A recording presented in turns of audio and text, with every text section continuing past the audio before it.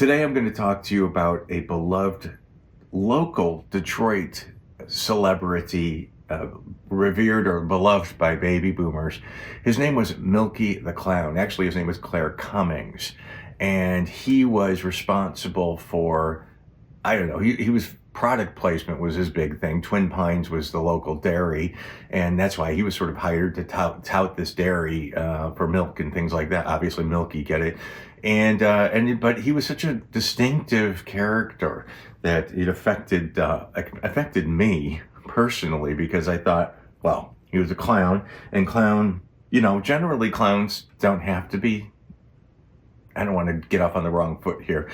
He had a very distinctive look, and here's a part of my Milky collection. You can see here's a little juice glass. They'll be showing up. I'll show you this a little bit more clearly in a bit. One of the milk glasses or milk bottles. Please return to your milkman. A fan club, a Milky fan club button. And this, which I'll show you in a little bit, which is a one-of-a-kind. Nobody has this ever. And it's a very unusual piece of Milky the Clown memorabilia, better to say that. Artifact, actually, is even better. But Milky the Clown was actually a man by the name of Clare Cummings. Clare Cummings was born in Chicago as of today, 2025, 113 years ago. And he became known as Milky the Twin Pines Magic Clown. Twin Pines, the local dairy.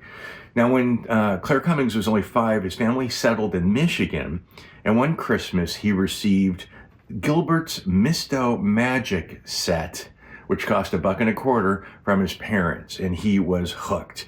He loved performing for his parents, for his family, for his friends, and he ended up going to the library and getting everything he could possibly read on magic. He fell in love with it. His father encouraged it too, taking him to see magicians perform live, like Harry Houdini, like really Harry Houdini, and who died in Detroit. And the Thurston, the world famous Howard Thurston. And according to Clare Cummings, after Thurston's show, he was able to meet Thurston. And he told Thurston that he wanted to become a professional magician. And Clare Cummings, Milky the Clown, said, when Thurston found out I was neglecting my studies for my magic, he slapped my face and told me to get busy with my books and forget the magic. Okay. But Clare Cummings did have magic skills and a gentle demeanor, so he's perfect for working with kids. And he loved playing school assemblies and dinners and banquets and things like that. He became very popular. And he worked in radio for a time, working with a radio entertainer, local Detroit celebrity by the name of Amos Jacobs, who became well known as Danny Thomas in Hollywood. Now, because magic wasn't paying the bills, Clare Cummings got a job working for the DuPont Paint Company, selling automotive paint. And he would sell paint during the week, and he would perform magic on the weekends. In 1942, he served in the U.S. Army, and they say magic had a way of servicing even in the barracks, giving his fellow GIs hours of entertainment. After the war, he returned to Detroit and married his girlfriend, Margaret, and resumed his job with DuPont and continued his career in magic. They ultimately had a daughter named Peggy. He was known as a magician, the delineator of deceptive dexterity. A TV executive spotted Clare and offered him a job hosting a children's show that was in development to be sponsored by the local dairy, Twin Pines Dairy Farm. Now, Twin Pines was Detroit's only employee-owned cooperative dairy. And Cummings took the job, and Milky the Clown was born. Cummings himself created the distinctive facial makeup described as like a mime, with a wide-gapped tooth, scarlet-rimmed grin, and diamond eyes. Jane Bacon, a family friend and a wizard at stitchery, created the pointy hat costume patterned after the clown in the opera Pagliacci. His voice was described, Clare Cummings' voice was described as crisp, mesmerizing, and unforgettable. Now, Milky's Movie Party was a 2-hour show. It premiered in December of 1950, featuring cartoons, westerns, and Milky's magic tricks. His show changed names a couple of times. It even changed networks once, but he remained a local TV star. with a live audience of children, probably jacked up with sugar, were ushered in and encouraged to scream and clap as loud as they could. They were told if they cracked the glass window with their screaming, they would win pennies. Can you imagine? Milky would be asked, well, it became his catchphrase, "What's the magic word?" And the kids would scream, "Twin Pines." I mean, talk about perfect marketing, the name of the dairy that was sponsoring it. Milky has magic tricks and a hand puppet named Creamy, a rabbit hand puppet called Creamy, became so hugely popular that there was apparently a 2-year waiting list for kids to get tickets to be in the audience for the Milky Twin Pines magic show thing. Twin Pines Dairy tripled its milk routes. The milkman would come every day and deliver the milk in what was called milk chutes. And the Twin Pines products were adorned with Milky's image, and they have since become highly collectible. I can attest to that. In fact, they came with little toys, little one of those things you put the ball in and you move it around. I forget what they were called. Cracker Jack, when they had cool prizes, used to have these things with little sort of, you'll see, I'll put a picture in here. And also there's an amazing clock. I wish I had this clock. That would be a really cool thing. And I don't know, they'd go for thousands now probably.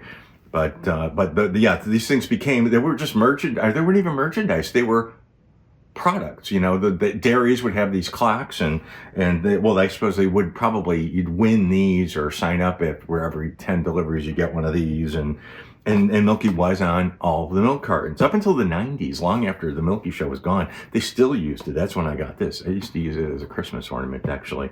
But back then in Detroit, most houses were built with or equipped with what they called milk chutes, which were usually these steel doors on the side of the house. And the milkman would come and deliver the milk and open up the door, put the milk in the milk chute, close it, and then from the inside of the house, whoever was inside the house could just open it and not have to go outside. So both the customer and the milk product were protected by the elements. The milk chute was also worked, well, people used it for paper, but believe me, I remember this as a paper boy. People, either the front porch, front door, or milk chutes where they had their paper delivered. And also, if you got locked out of your house and you had a kid handy, you'd stick the kid in the milk chute. It could crawl through and open up the door. Or some of them were built so that if you had an arm long enough, you could reach in the milk chute and actually unlock the door from it. Obviously, those are probably all gone by now, all sealed up or blocked in, and I'm sure milk chutes are no longer a thing. But it was a kinder, gentler day and it was a reassuring thing. The nice, the man in the uniform carrying the steel tray of milk bottles, clinking as they're going up the walkway and putting the milk, and then picking up the empties, such as. According to one article, when Milky wanted to take a day off from being Milky, a man by the name of Bob McCleary performed as a clown called Whitey. And that Bob McCleary had a heart attack in Milky's arms during a magic convention. Whitey and Milky. I recall watching the Milky show, actually, and I remember thinking he was really abrasive. Like, I was really surprised because to me, his voice wasn't nice. It was kind of gravelly and cranky. And my brother was on the show, and he remembers him not being so very nice. And he also remembers that Milky was a chain smoker too, which is kind of, just interesting. It was a different time. Now, I did find this quote online from someone who was a former child contestant stating, "I had the opportunity to go to an actual live show. Milky the Clown, all smiles, until the camera stopped rolling. Then an angry star yelled at workers, and then the cameras went on, and the smile came on again. I'm sure I wasn't the only kid that day to see the two sides of the famous cloud, and I never watched the show again." Here's a hot dog. See, I bring my own lunch. This one I don't need. I'll put it right here. But I have another one. Another one? Oh, this one by your ear. I'll stop smiling. Here's one. And another one. Put that one away because I don't need it, right? But there's another one. One on your nose. But still, on December 16th, 1960, the city of Detroit had a Milky the Clown Day and gave Milky Clare Cummings the key to the city of Detroit. Despite the fact that the show was so popular and apparently there was a 2-year wait to get tickets, they never renewed his contract as Milky for more than a year at a time. So there was no financial security. So he was still selling paint during the week and only performing as Milky during the weekends. And eventually he quit. The show continued on for another 3 years with someone else playing Milky the Clown. Clare and his wife Peggy lived in this modest home in Beverly Hills, Michigan. And this is where they raised their daughter Peggy. And this is where he and she retired to. Now, Milky's last big performance, this was something I found fascinating, October of 1969 at something called the Cosmic Circus Concert at an animal park just outside of Detroit. On the bill that night, this was Milky's last big appearance, Iggy and the Stooges, Grand Funk Railroad, MC5, Joe Cocker, and Milky the Clown. That's fascinating. Cummings retired from DuPont in 1971, but continued doing occasional Milky appearances here and there. He was interviewed in 85, I think, and he said, "When I'm in costume doing my work, people will shout out, 'There goes Milky.' It's very exciting when the adults stop and say, 'Are you the real Milky? I thought you were dead.' He says, 'I'll do this as long as I'm healthy. I still get tired, but the old adrenaline starts working when I do a show.'" Cummings' farewell performance as Milky was in 1992 at a shopping mall in Troy, Michigan. In failing health, Clare Cummings passed away in the family home in 1994. Now, it was announced that Cummings died on Halloween night, the 68th anniversary of Harry Houdini's death. But actually, according to his death certificate, he missed Halloween by about 9 hours and died on November 1st, 1994. He was 82 years old. His cause of death is listed as congestive heart failure, renal insufficiency, and coronary insufficiency. It also notes that he had the diabetes and was insulin dependent. His funeral was held at the A.J. Desmond Funeral Home in Royal Oak, Michigan. And, back about 15 or so years ago, I called the funeral home and I asked if they had any information on Milky's burial, on Clare Cummings' burial, because Find a Grave didn't have anything and really there was nothing about it. So I called and I spoke to a really nice lady and I said, I need some information about a funeral that was held out of there in 1994 and his name is Clare Cummings.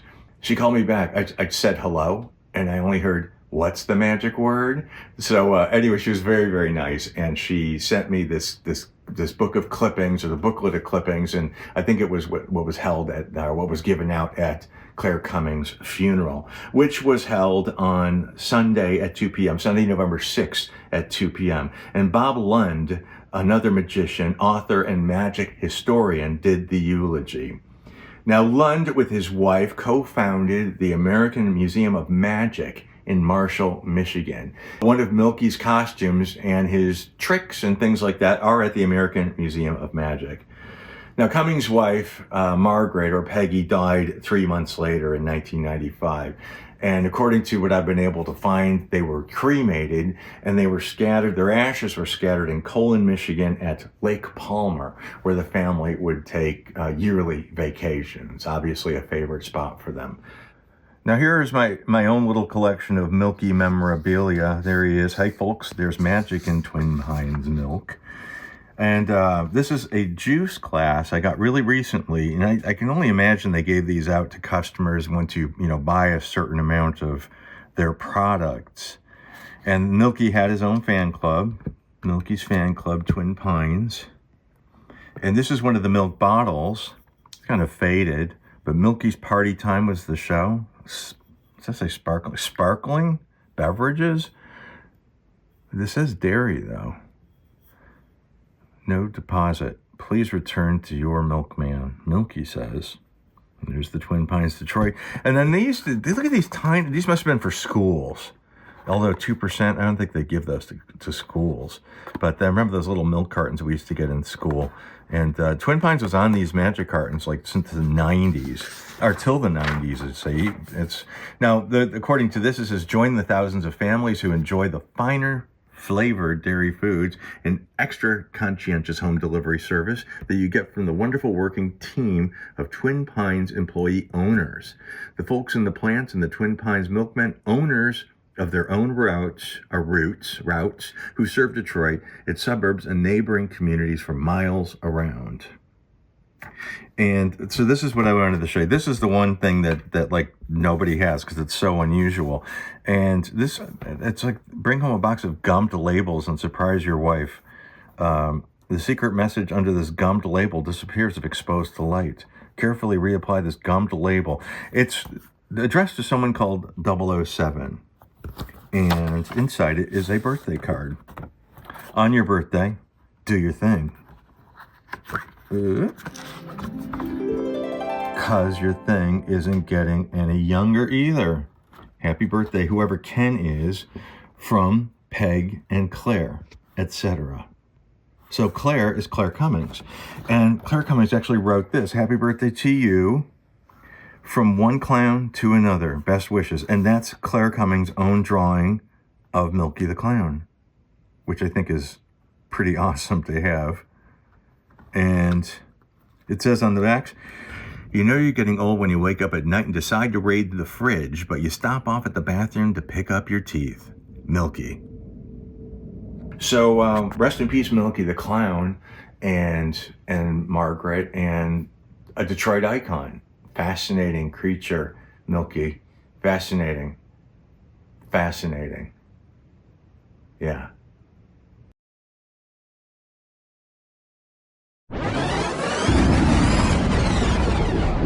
You heard